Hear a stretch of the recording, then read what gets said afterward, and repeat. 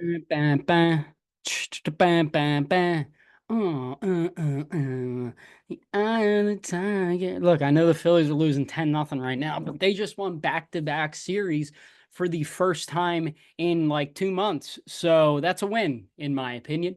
Welcome back to the .NET Phillies podcast. I'm your host with the most, Jared. And today's episode, kind of packed a little bit. We'll be talking about the last two series, highlights, everything like that, including Taiwan Walker being, I think, the worst pitcher I've ever seen in my entire life. The biggest X factor, in my opinion, for this Phillies team, as well as potentially the offense, maybe starting to click. Obviously, that's kind of going to fall on deaf ears because of today. I also have an incredible interview with my good friend Darien. She works in healthcare. She has a lot to say about flu season and being protecting during baseball games, and a lot. We just kind of go down the rabbit hole talking about the current Phillies, old Phillies, including talking about, the Halliday and the new team and falling in love with baseball again. So that was a really, really cool interview. We also have John's hot takes, as well as Matt's Dude of the Week, as well as a series preview against the Atlanta Braves. Big series, 4 games, and then as well as the series preview against the Toronto Blue Jays. So to kind of get right into it, they look like the team that we saw. They lose the first game on Friday to the Royals, and it didn't look great. And then they just clicked, scored 22 runs in 2 games. The offense was clicking on all cylinders. You had JT having a big game. Casty had a big game. The pitching has been good for an extended period of time. Now, outside of Taiwan Walker, the pitching has been great. Wheeler on Monday, despite not having his best stuff against a very good Astros team, still went 6 innings, 2 runs. That's not nothing. Nola, 7 shutout, looked amazing. His past 3 starts, he has been incredible. So he's been great. Ranger, thank God he's back. He looked really good in his first start coming back from the IL, and I just think the vibes around him are a little better. It's really, really good to see that. Chris Sanchez looked good on the road, which I think is the most important thing to take away, is he looked good on the road. Sorry, I'm losing it. He looked good on the road, and that's the big, big, big, big, big, big, big thing, because I have talked about it in ad nauseum at this point about his ability to pitch on the road, as really not his ability, but to be effective on the road.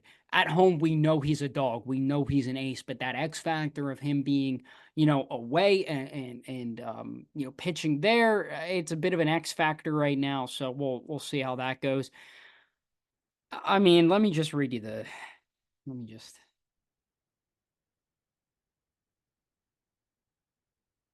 Did the Phillies get a hit? Maybe they did. Let's see. Maybe. Oh, it's over. The no-hitter's over. We did it, guys. No hitter. Shout out to all the days. Let me just read you the game logs. Max Lazar was up? I didn't even realize he was back up here. No, Michael Mercado, you're equally as terrible. So Taiwan Walker, his last 3 starts against the Washington Nationals, 4 2/3, 3 earned runs. Against the Kansas City Royals, 3 innings, 6 earned runs. Against the Houston Astros, 6 innings, 13 hits, 6 earned runs. He's cooked. He's just cooked. Can we stop with Taiwan Walker? I already ran about it in my last episode. I'm going to rant about it now. He is not good. Taiwan stinks. Stop rolling him out there. I'm shocked that he even made this start. And yeah. Okay. My dinner's ready, but that's not going to stop me. I guarantee, I promise you that Topper is going to roll his ass back out there in 5 days against the Toronto Blue Jays. I'm willing to bet anything that is exactly what's going to happen. And it's going to make me mad. It's going to make me very upset.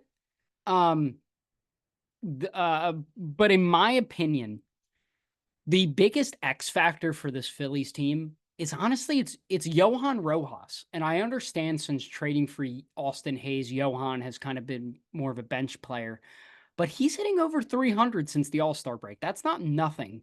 As well, we know the type of defense that he can play. We understand the type of polarizing player he is, but he's electric out there. He had a game-saving play in game one of this Astros series. Give him a little, Matumbo wave, did his X. Um, but in my opinion, he is the biggest X factor to this entire team and the success of this team. Not to take anything away from Austin Hayes, I've just been very underwhelmed by Austin Hayes. I would much rather see Johan Rojas out there every single day and Hazy off the bench. Because honestly, I would trust Austin Hayes to get a big hit late if you need to pinch hit for him rather than Johan. That's just my opinion. Um, so that's kind of basically where I'm at right now. I feel like in all Philadelphia mediums with kind of beating the Phillies to death. So I'm almost beating a dead horse at this point. So now what I'm going to do, I'm going to transition to myself in my interview with Darien. It was a very, very nice conversation that we had. I hope you guys enjoy it. We are now joined by a very special guest, one of my oldest friends in the entire world. Everybody, it's Darien. Darien's here. Hello, Woo! hello. Thank you for having me today. Absolutely, absolutely. A little backstory about our friendship. We were kind of friends in high school. We really actually became friends after high school. And then just recently I discovered that like you're a big baseball fan, which again, in all the years of us being friends, how that never was brought up, I have no idea. And now here we are on this lovely day. So how are you? Oh, we're doing great today, except Phillies aren't doing too great. So Listen, I'm doing better than them right now. Listen, I said to myself, it's a scheduled loss. Anytime, I'm not even going to say his name. Anytime that guy takes the mound every fifth day, I'm like, oh, they're losing. And I lost a bet. And it's just, God, come on, Taiwan. Oh, I said it. I did the thing I You wasn't going said to do. it. Damn it. Um, okay. So kind of an up and down season for the Phillies so far. Started out red hot, then has slowed down substantially, might be turning the corner a little bit now. What is your where are you at with the Phils right now? So, I mean, definitely you're right. Started out super strong. And then honestly, I feel like the All-Star game, ever since then, it was like going downhill. I mean, at least for a place I could pinpoint them just not doing super well. They had like the hype there, they were doing good. And then it was like you took that little break for the games and we just fell off the wagon.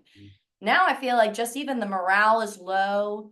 Like they're not really there go getting, having fun, even cheering each other on, even when they're down. It's almost like we need one of them to literally do what Schmidt did back in the day of wearing some sort of weird disguise, like wearing a wig on the field, just to lighten the mood. Because I feel like they're all just really beating themselves down and not really enjoying the game like they were in the first half. Yeah. I don't know if it's because, now we're getting towards October and the stress is kind of kicking in, but I really wish they would go back to more of their fun loving, joking around, really picking each other up. And I mean, I feel like recently we have seen, the bats are coming back alive a little bit, but I still think they're taking way too many pitches and watching way too many third strikes go by where it's like, what are we doing here? Mhm. I almost feel like they're almost overcompensating a lot. We've seen so many times they get into kind of today. I think they're at like 10 strikeouts right now today and through like 5 innings. They get very swing happy. And then, when they're looking for the pitch, because I think that's something that Kevin Long has really instilled in them was look for your pitch. And almost that's kind of biting them right now. Um, One guy that has not been bitten by the blues of the second half is Nick Castellanos.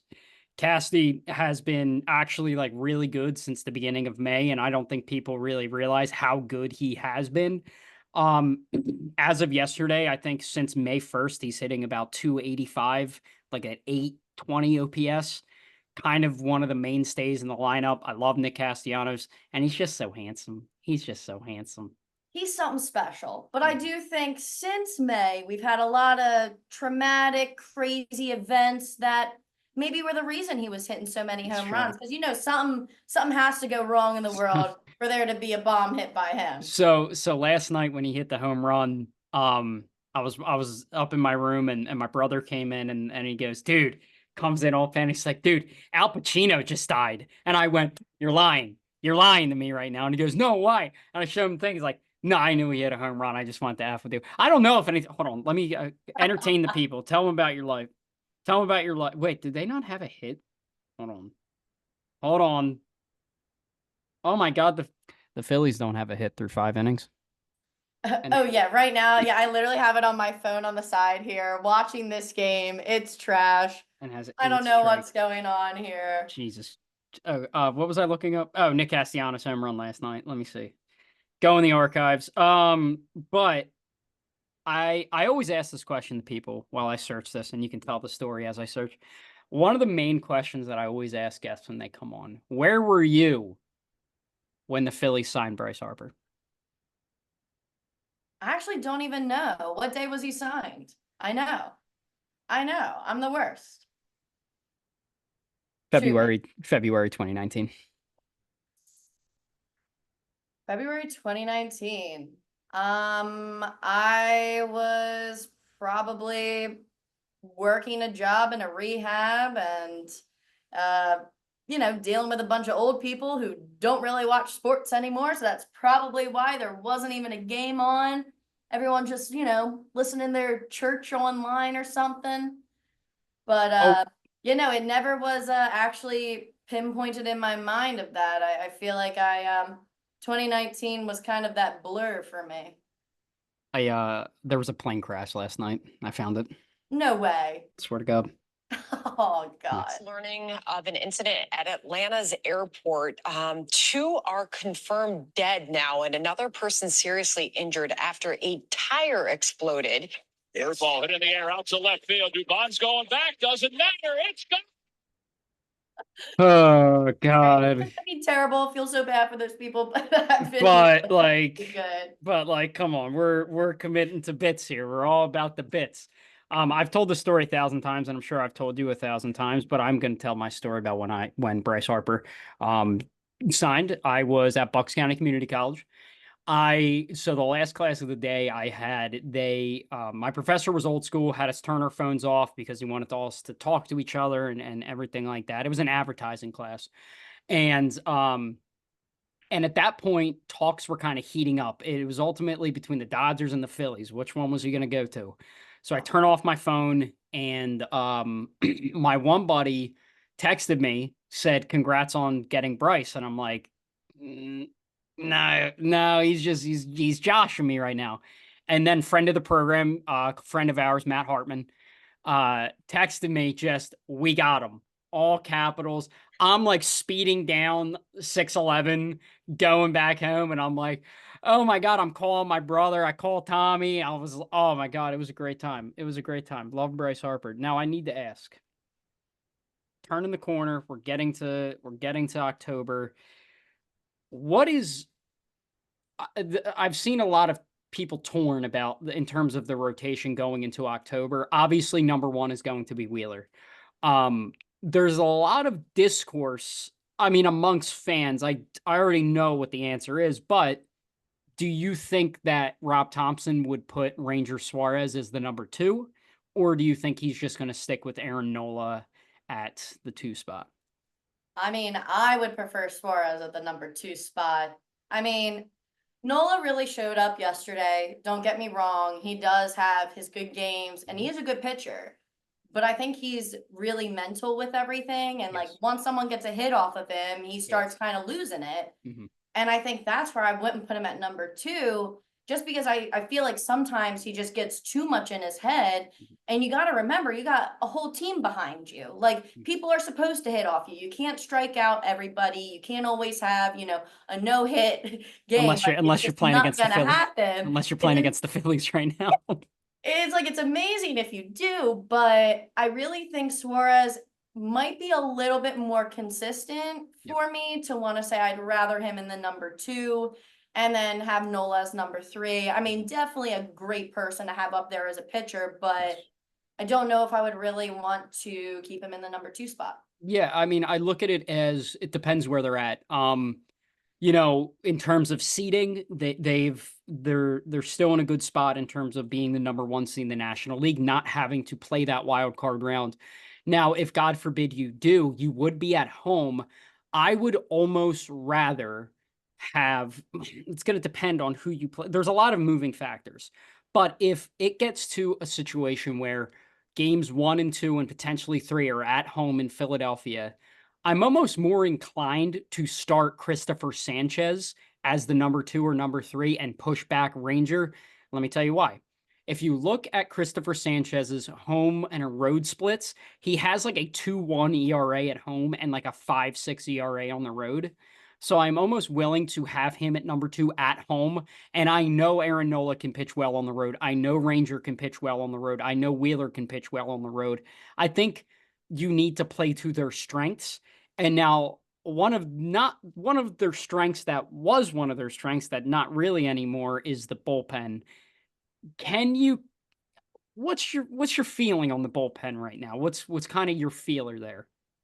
I mean, at the beginning of the season, I thought it was funny how everybody was like, our bullpen is stacked. This is it. But to me, I always viewed our bullpen as like our weakest link. I do think we kind of just get into repetitions. And when we use too many pitchers too often over and over again, then they're getting tired, they're getting burnt out.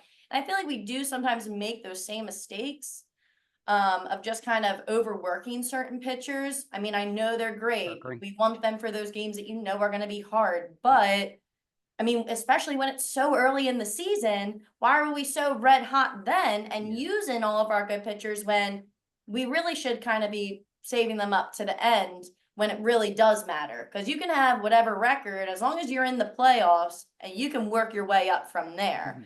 But I mean, I do think that we might need to consider taking on maybe a new pitcher, or at least maybe investing some sort of like new skills or taking different angles with our pitchers, or even maybe they need a little bit more therapy just to deal with the mental games. Yeah. Therapy's good for everybody though. So There you go. recommend. So here's my thing. Now there's a big gaping hole in the Phillies starting rotation that I think has directly led to the bullpen being as taxed as they are. And that's obviously the dummy who started pitching today. Is he out of the game yet? Just let me cook. Just let me I cook. don't know. Right now, Schwarber's coming up to bat. Let's hope he doesn't strike out for a 3rd time. Probably will. Although I'll give him the benefit of the doubt because the last at bat was a foul tip that was caught. So what are you gonna do? Did Taiwan Walker really pitch 6 innings today? He sure did. 6 innings, 13 hits, 6 earned runs, 0 strikeouts. Yeah, I think that's a record. 0 strikeouts, Darien. 0 strikeouts for Taiwan Walker. Anyway, there's a certain echelon of guys that I trust in the bullpen right now. Jeff Hoffman, trust him with my life. Jose Alvarado, obviously, and I'm going to talk about it kind of in the beginning of this episode when I record stuff on my own, is dealing with a lot of family stuff right now, a lot of personal stuff. So I hope, everything is okay there. I trust him when the pressure's on. I trust him to get there. I trust Matt Strom, who eats ass. Don't forget. Yeah, he's great. My guy, Matt Strom. I trust Kerkering. I know Kerkering is a very polarizing figure for Phillies fans. I don't really know why, because he's kind of been as advertised when he came up. Because not very often do young pitchers like Kerkering is, come up and just perform. And he has just performed. I think people are really overlooking that. But and then Ruiz, I don't know where I'm at with him. It reminds me so much of when Gregory Soto was here, where he would perform in low pressure situations and then Topper would put him in the high pressure situations. And is he going to crumble or is he going to rise up? I honestly feel more often than not he has risen to the occasion and has performed at a very high level. Who am I missing? Tanner Banks has been fine. They acquired him obviously from the White Sox. I don't trust Carlos Estevez at all. No. I hated the trade when they traded for him. I hate what they gave up. I didn't think it was the right move, but what do I know? I'm just a guy. So kind of dialing back a little bit, I always like to kind of go back through some of the fondest memories of the Phillies when I have people that I haven't talked to on the pod. I always like to kind of reminisce. What was your first like I'm in love with the Phillies moment when you were growing up? And you can't Well, say the World Series. Don't you I mean, I dare was gonna say say the biggest one is a World you Series because also thinking can. about clicking all those pots and pans outside. Mm, Oh, that was a blast. But well, I think just even, I mean, even when I was like 5 years old, I played softball literally since I could really walk and talk and do it all. Um, so really just my dad loving the Phillies, all of his friends, we'd go to their houses and watch the game. I'm eating hot dogs and mac and cheese and cheering on this team, and they were, I mean, doing fairly well, when I was younger, nothing too crazy, obviously no World Series before, 2008. But I always just loved like I love their uniforms too. I think that always got me a little bit where I love the look of them. They had the personalities that everybody talked about. It just made you feel like you could actually love Philadelphia, even if you weren't really in the city, living there because we were in the suburbs. But I think really just like my dad and his friends going to their houses, always having those environments where this was like your family and friend event and you had your cookouts and you're playing in a pool and oh, the Phillies are on, get out of the pool, time to watch the Phillies. yeah. So I think I just kind of grew up loving them. There was no other team I ever really had my eyes on. So yeah, I would say pretty much just all thanks to, my dad and his friends just already being fanatics and loving the Phillies. It just made me love them even more. Shout out to your dad. Love that guy. Yeah. But I always remember growing up, I watched a lot. It was really my grandpa that kind of got me into baseball. I will never forget when Roy Halladay threw his perfect game. Oh yeah. We were down the shore in North Wildwood, and everybody went out, but I stayed home with my grandparents because we were going to watch the Phillies, and obviously, like that's what I did during summer. Everybody else went out and did their thing, and whatever. I sat inside and watched baseball. Probably why I didn't have a lot of friends, but anyway, besides the point. Um, we were watching it, and he went upstairs because he was going to bed because he was like seven. I don't know. I forget. Time is construct. Shout out to Dan. Rest in peace. Anyway, anyway, I remember watching it, and I was kind of like more so listening to it. I don't know what I was doing whatever like a 10-year-old kid or 11 years old, however old I was at the time, kind of was doing. And I remember he called down to me, and it was like the seventh inning at that point. Halladay went through the seventh inning, 1, 2, 3, and he's like, "What?" I'll never forget this. He looked me in the eyes and said, "Put on this game because what might happen, you might never see again in your lifetime." And then I sat my ass down with him and watched the rest of the perfect game. And I didn't really get it at the time because I was a kid. I didn't really understand like how rare and how amazing that was, but it was certainly something. I remember, yeah, Halladay, Lee, Hamels, those guys, and then we get into the dark ages of, let's see, what's the name? Ricardo Pinto.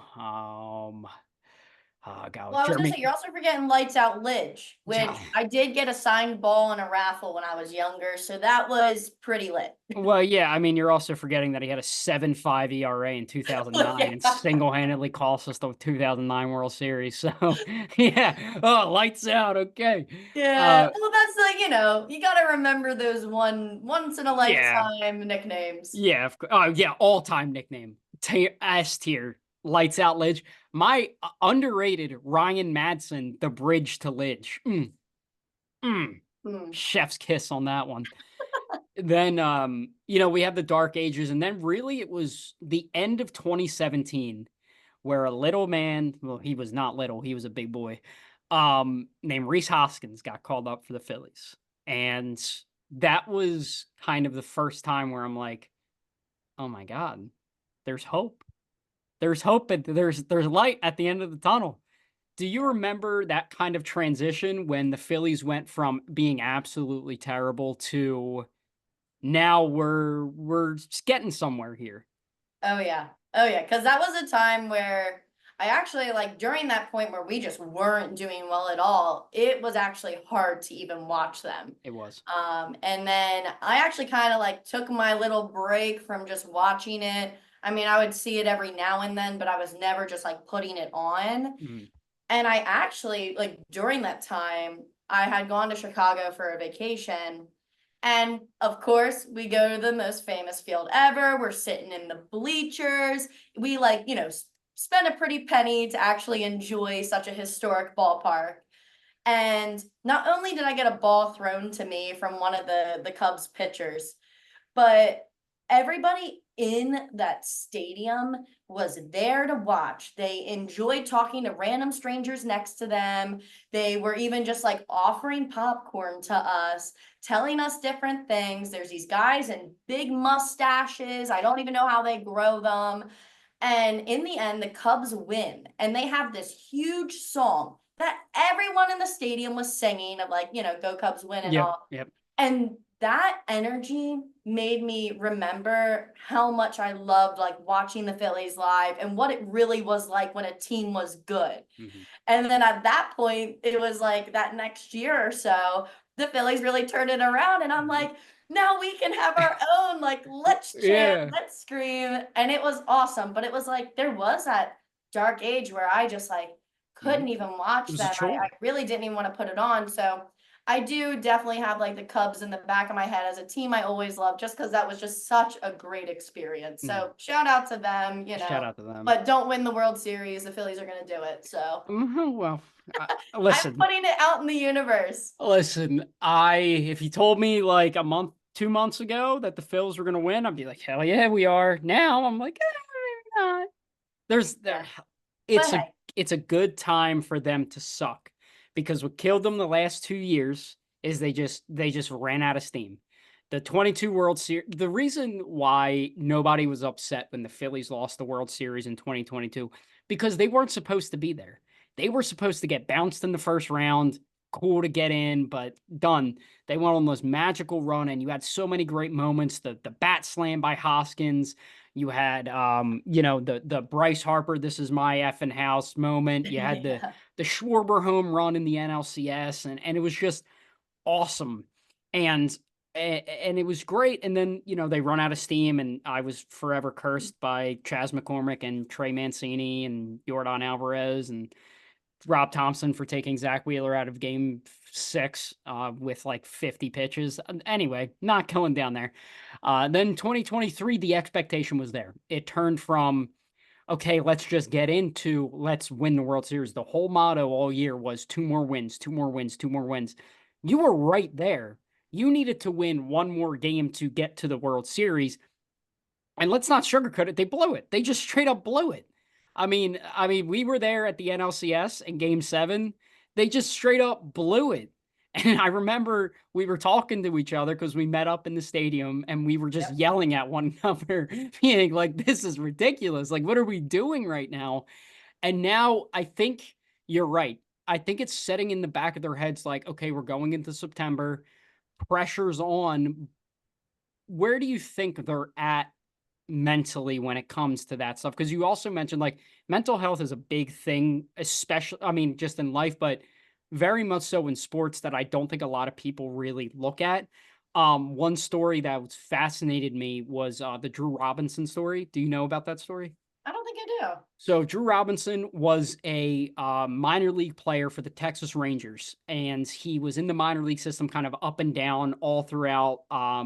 Was kind of cut a lot, moved around a lot, and then during COVID, when everything shut down, he decided to take his own life. He was on the phone with the officer. He shot himself. He survived and actually made a comeback to baseball last or 2 years ago. He then retired and is now like a mental health like what's the word I'm looking for? Like Advocate. advocate, yes, for like Major League Baseball player and really athletes in general. Wow. And I do think that has a lot to play into it, is they're overthinking everything pretty much. What do you think about that? Yeah, I mean, I will also say baseball is one of those harder sports, especially mentally. I mean, it's a sport where you're meant to fail more times than succeed. And people that like to be, perfect and get everything right and do everything right, there are always going to be these hiccups. There's going to be that weird bounce. There's going to be that error. There's going to be someone's faster than you. And I think there needs to be like that constant reminder of just, this isn't a sport that you're made to succeed in. You're lucky if you bat 200 half the time. You I mean, fail and 7 that's out of 10 times and you're a Hall of Famer. exactly. So I think a lot of people do need to just kind of sit back and realize like you got to also enjoy the sport. When it starts to actually become a job, I think a lot of them start adding that pressure. They start getting down on themselves more. And I know it is their job. Don't get me wrong. You're getting paid millions. But you also do need to have fun. You need to kind of stay loose and sexy, enjoying yourself. Because in the end, it really is just a game. This isn't life or death. You don't have anybody else, it's not someone dying on the table and you need to do this surgery. It's literally a game and you are going to fail and you just got to try and reel it in and you do better next time. And you just got to remember that there's always going to be another at bat. So trying to really encourage yourself, even when you're down, I think is the most important in this sport. And to really never let, the game get the best of you, because it is a game that's designed where, 70% of the time you're going to strike out or something's going to happen. And you have to come to terms with that. If you can't, I would not recommend baseball for you. Yeah. I have to ask, is that Bryson Stott bobblehead behind you? Oh, yeah, I believe so. Yep. I got it as a giveaway one time. He's so handsome. I know, right? I So wish he would freaking do something though. Listen, he's coming back. He's hitting like 300 in his past like 7 games or something like that. He's coming back slowly but surely. He's coming back. I promise. Now I need to ask, who is the sexiest player on the Phillies? I would probably say JT. I'm always a little biased with catchers, Very but good. He's on this shirt I was somewhere. one. There he is. But There he yeah, is. JT, he's probably like the most good looking on the current team. If we're talking about all time most handsome Phillies player ever in the world, actually it would be Cole Hamels for me. And he's aged like fine wine, just like Chase Utley. Yeah, I ain't gonna Both argue of there. them are just top tier. Look at him, he's so handsome. But yeah, Cole Hamels has always kind of been a little heartthrob for me, even when I was younger. He was one of my favorites. Yeah, I mean, obviously, Bohm is not a wrong. They're all just so handsome. You go around the diamond, they're all handsome. they're all so handsome. You go around the diamond, JT, adorable. Bryce, round. Bryson Stott, as much as you piss me off, sexy. Trey, underrated. Boom. Hayes, kind of ugly. Not gonna lie, Austin Hayes, kind of ugly. You ever seen a picture? Like your average Joe. That's really Yeah, good. he like we're on a team of Greek gods, and we have Austin Hayes rolling out there. Marshy, hot.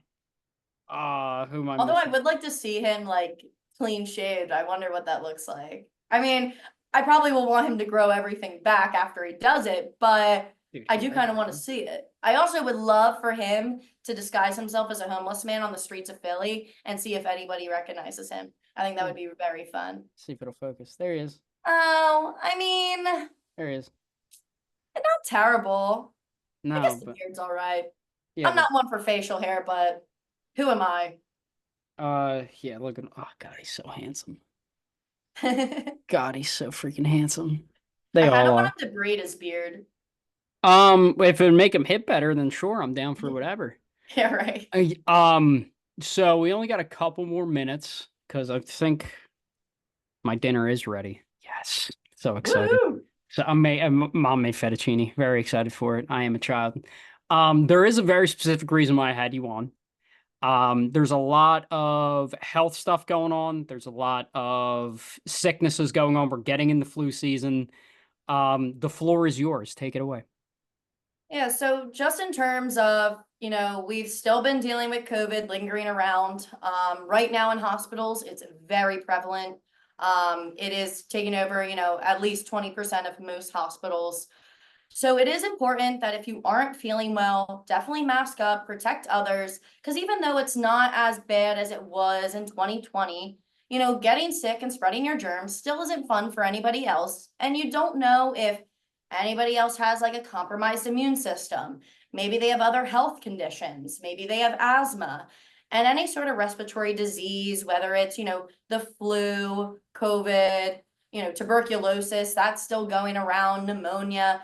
It is important that you do protect your friends and family. Don't just go around coughing, touching everything. Remember, just washing your hands, wearing a mask when you need to. And especially, even if you do love the Phillies and you want to go to a game, but you're not feeling great at all, I mean, I really wouldn't go and risk getting everybody else sick, or wear a mask at the game. At least add that protection, because we all are here to support one another in this messed up world. So please make sure you are, keeping up with your hygiene, protecting yourself when you can. And, if you are able to, get vaccinated when you can, or at least just do the precautions to keep everybody safe. Because, we got a lot more life to live and a lot more Phillies to watch. So we can't have anybody fading on us. I would like to also preface that really after the fact that I forgot to mention that Darien works in healthcare. That's kind of why Yeah, we I'm had not him on. just saying this. Not just blowing it out of the wind. I do have a tweet before we go. That who sent this to me?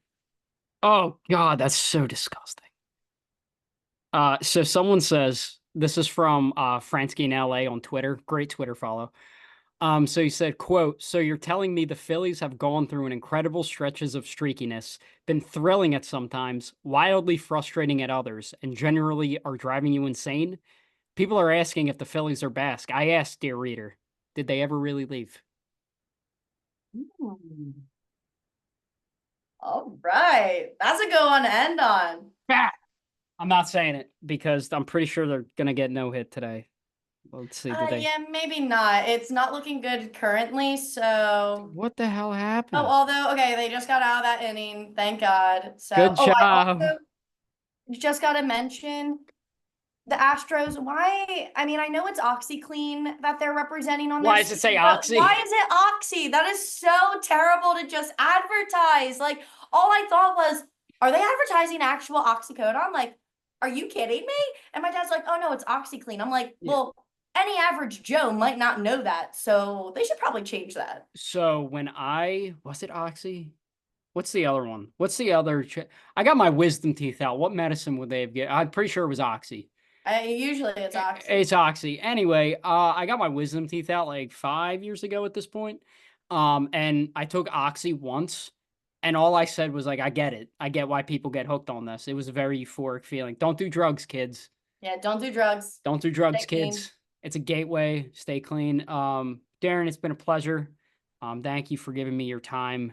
And do you have any final predictions for the Phils as they head into September and in October? Well, I know that they're going to stay loose and stay sexy. So we're just going to keep with that. And we're going to hope for the best, manifest the best. And let's hope we got a nice red October ahead of us. Goddamn right. So now I'm going to kick it back over to me with, I don't know I don't know what I did and did not record yet. So it's a mystery to both of us. So we'll find out. Head back over to me. All right, and we're back. I hope you enjoyed that conversation with Darren. She's very, very, very sweet. Always love talking to her. She's the best. So now moving on, we got John's hot takes. We got some football in here. Some football. Eagle season is coming around. Oh, what's that, Darren, talking about football? Oh, very nice of you to mention that. I have a football podcast now. It is the 52 Reasons Pod. John, my manager, and I are actually doing it together. Our first episode will be released next Tuesday. I don't know what time, probably in the night. But next Tuesday, the first episode of the 52 Reasons podcast will be coming out. Very excited for that. Very excited to record that and get everything in order for that. So his first hot take, and I'm sure the hot takes are going to be on 52 Reasons as well. We kind of need to discuss kind of segments and stuff like that. Bills don't make the playoffs, and I honestly agree with him. I mean, it's tough. It's a tough division. You have the Dolphins, the Jets, not really the Pats anymore, but Bills. Who's the wide receivers? Who was Josh Allen throwing to? I mean, the tight ends is fine. I mean, Dawson Knox kind of stinks. You have Kincaid there as well. Like, what are you gonna do there? I don't know. I feel like the Bills are relying too heavy on Josh Allen to do what Patrick Mahomes does, but knock knock, Josh Allen is not Patrick Mahomes. Josh Allen is a better man's Carson Wentz. Very holds on to the ball too long, just slings it down there. He doesn't have a number one receiver that he's throwing to. That doesn't say that nobody can emerge. We'll just have to wait and see. He has the Dolphins winning that division, which I think is a very, very real possibility. Defense, obviously, they lose Vic Fangio to the Eagles, which is good for us. You bring in a younger defensive coordinator.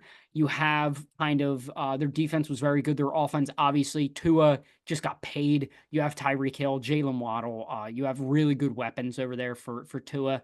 And the Jets win the wild card. I can see that. The Jets, it's really going to depend on Aaron Rodgers. Is he going to come back? You have a 41-year-old Aaron Rodgers being your starting quarterback.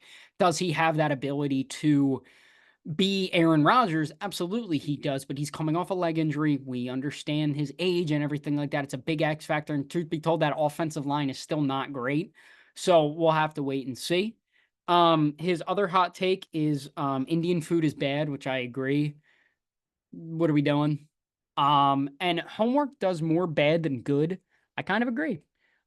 His reasoning is you sit in school for 8+ hours a day, learning this, getting it drilled into your head, and then you come home and have to do it. So the retention really isn't there. And I get it. I do get it. Let the kids digest it, and then the next day maybe quiz them on it, do whatever, in terms of that.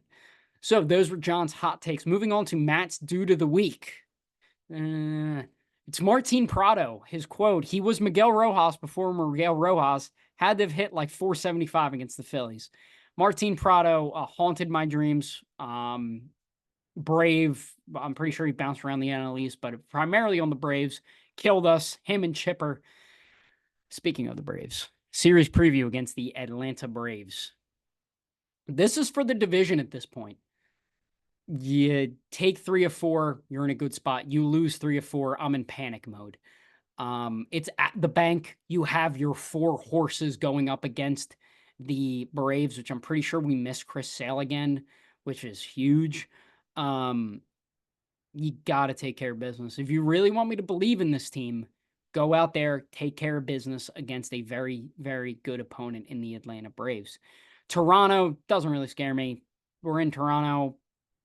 Take care of business. It's going to depend on the Atlanta series, how that pans out. But we will see. So that's going to do it for me today, guys, this week. Thank you guys for listening. If you like what you saw, kind of like, subscribe, follow all the socials down there, as well as subscribe to the 52 Reasons podcast. Like I mentioned, that podcast is coming out next Tuesday. We are very excited to get that going. And I will see you guys next Wednesday.